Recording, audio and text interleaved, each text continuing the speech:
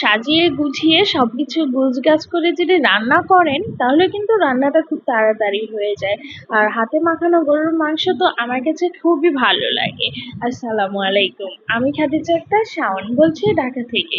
আশা করি যে যেখানে আছেন আলহামদুলিল্লাহ সবাই ভালো আছেন এবং সুস্থ আছেন। আলহামদুলিল্লাহ আপনাদের সবার দয় আমরাও ভালো আছি এবং সুস্থ আছি। আর আজকে হচ্ছে একদম রান্নাঘর থেকেই শুরু করে দিয়েছি। আর ঘুম থেকে উঠে নাস্তা করে সবকিছু গোছগাছ করে নিয়েছি, যেহেতু আমার বাসায় আমার শাশুড়ি আছে, তো ভাবলাম একটু রান্নার ভিডিওটা ফাঁকে ফাঁকে করে নেই আজকে। তো ডাল আর হচ্ছে গিয়া ভাতটা আমি সকালবেলায় বসিয়ে দিয়েছিলাম। যেহেতু আমি ঘুম থেকে অলওয়েজ দেরি করে উঠি, এটা তো আপনারা সবাই জানেন। তারপরেও কিন্তু এখন একটু তাড়াতাড়ি ওঠার চেষ্টা করি।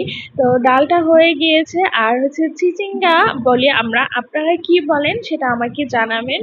তো ওই চিচিঙ্গাটা আমি একটু ভাপ দিয়ে নিয়েছি, কারণ হচ্ছে যে একটু শক্ত শক্ত ছিল। তো আমার শাশুড়ি বলেছে একটু ভাপ দিয়ে ফেলে নিতে, তাহলে নাকি এর মধ্যে গ্যাসটা চলে যায়। আর আমি কখনো ভাপ দিয়ে রান্না করি নাই, যেহেতু আমার শাশুড়ি আম্মা বলেছে একটু ভাপ দিয়ে পানিটা ফেলে দিতে, দেন তার জন্য একটু ভাপ দিয়ে নিয়েছি। আর এখন ডালটা বসিয়ে দিব, আর সরি ফোড়ন দিয়ে নিব। আর যে লতি রেখেছি, লতিটা কিন্তু গতকাল রাতে আমি আর আমার শাশুড়ি দুজন মিলে কেটে রেখেছি, যার জন্য একটু তাড়াতাড়ি হয়েছে। আর সবচেয়ে বড় কথা কি, যে আজকে ব্লগটা করার মানে শুরু করার কারণ হচ্ছে একদম সকাল থেকে অনেক দিন পর আজকে সকালে রান্না করছি। কারণ হচ্ছে এত সকালে আমার কখনো রান্না করা হয় না আসলে। আম ঘরের মধ্যে মুরগি থাকলে যে কত একটা ভালো লাগে সেটা মানে এখন বুঝতে পারি। তো যাই হোক, পরিপূর্ণ একটা ফ্যামিলি আমার কাছে মনে হচ্ছে আজকে আমার। তো এইদিকে চিংড়ি মাছটা আমি ভুনা করেছি, মানে মশলার সাথে কষিয়ে নিয়েছি, আর লতিটা দিয়ে দিব। আর আমার চিচিঙ্গার জন্য পানি ঝরতে দিয়েছি।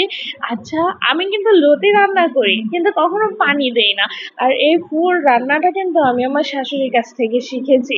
আর শুধু এই রান্না না, আমার সব রান্নাই আমি যতটুকু শিখেছি, যতটুকু পারি আমার শ্বশুর বাড়ি আমার শাশুড়ি অথবা ননদ অথবা ননাস কারো কাছ থেকে না কারো কাছ থেকে শিখেছি। কারণ বাবা মার আদরের ছিলাম তো। তো আমার বাবা তো আমাকে কখনো এক গ্লাস পানি নিয়েও খেতে দেয় না। ইভেন এখনো যে ওই বাসায় যাই, বাবার বাড়িতে যাই, এখনো কিন্তু আমি কোনো কাজ করি না।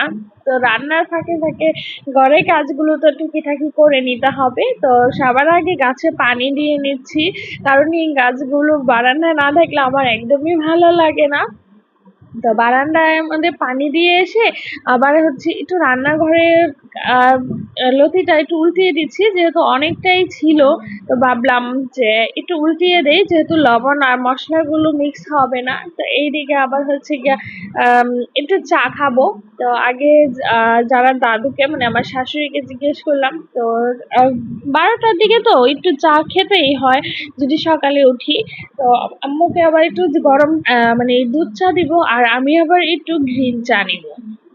তো আচ্ছা, এই পর্যন্ত যে যে আমার ভিডিওটা দেখছেন একটু কমেন্ট করে জানাবেন তো আপুরা, আপনারাও কি রান্নার ফাঁকে ফাঁকে একটু চায়ের নেশা ওঠে কিনা। আমার কিন্তু ইদানিং খুব গ্রিন টির নেশা ওঠে, কারণ আমি অলওয়েজ গ্রিন টিটা খাওয়ার চেষ্টা করতেছি।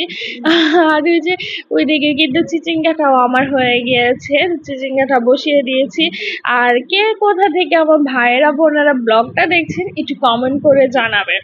আর চিচিঙ্গাটা আমি ডিম দিয়ে ভাজি করেছি, আর চিচিঙ্গা ভাজিটাও আমার হয়ে গিয়েছে, লতিটাও রান্না হয়ে গিয়েছে। তো লতি রান্নার সময় একটা টিপস দিই, আমি কিছু টক জাতীয় কোনো একটা কিছু হয়, জলপাই তেঁতুল যাই হয়, আর আজকে কাঁচা আম দিয়ে দিয়েছি, তাহলে কিন্তু খেতে একটু টেস্ট লাগে আর হচ্ছে গলায় ধরে না। তো সব কাজ শেষ করে রান্নাঘরের চুলাটাও ক্লিন করে নিচ্ছি, আর আপনাদের কাছ থেকেও বিদায় নিচ্ছি। সবাই ভালো থাকবেন, সুস্থ থাকবেন।